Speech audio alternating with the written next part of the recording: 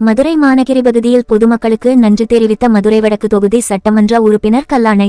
தமிழகத்தில் நடைபெற்ற சட்டமன்ற தேர்தலில் தமிழக வெற்றிக் கழகம் 107 இடங்களில் வெற்றி பெற்று ஆட்சி அமைத்தது.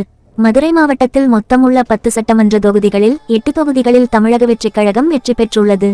மதுரை வடக்கு தொகுதியில் த.வே.க. சார்பில் போட்டியிட்ட கல்லானை விஜயன்பன் பெருவாரியான வாக்குகள் வித்தியாசத்தில் வெற்றி பெற்றார். தன்னை வெற்றி பெறச் செய்த மதுரை வடக்கு தொகுதி பொதுமக்களின் இல்லங்களுக்கு சென்று சட்டமன்ற உறுப்பினர் கல்லானை நன்றி தெரிவித்து வருகிறார். அந்த வகையில் வடக்கு தொகுதிக்குட்பட்ட மாநகரி பகுதியில் ஒவ்வொரு வீடாகச் சென்று பொதுமக்களுக்கு சட்டமன்ற உறுப்பினர் கல்லானை நன்றி தெரிவித்தார். அவருக்கு அப்பகுதி பொதுமக்கள் மற்றும் த.வே.க. நிர்வாகிகள் உற்சாக வரவேற்பளித்தனர். இந்நிகழ்வில் கே. நகர் பகுதிச் செயலாளர் தளபதி எம்.டி. வினோத், இணைச் செயலாளர் மது, கே. நகர் பகுதி பொருளாளர் எஸ். வினோத், கே. நகர் பகுதி துணைச் செயலாளர் ஹரிஷ், 33வது வட்டச் செயலாளர் தர்மேந்திரன், 33A வட்டச் செயலாளர் தேவேந்திர பிரபு உள்ளிட்ட கே. நகர் பகுதி கழக நிர்வாகிகள், வட்டக்கழக நிர்வாகிகள் என ஏராளமானோர் கலந்து கொண்டனர்.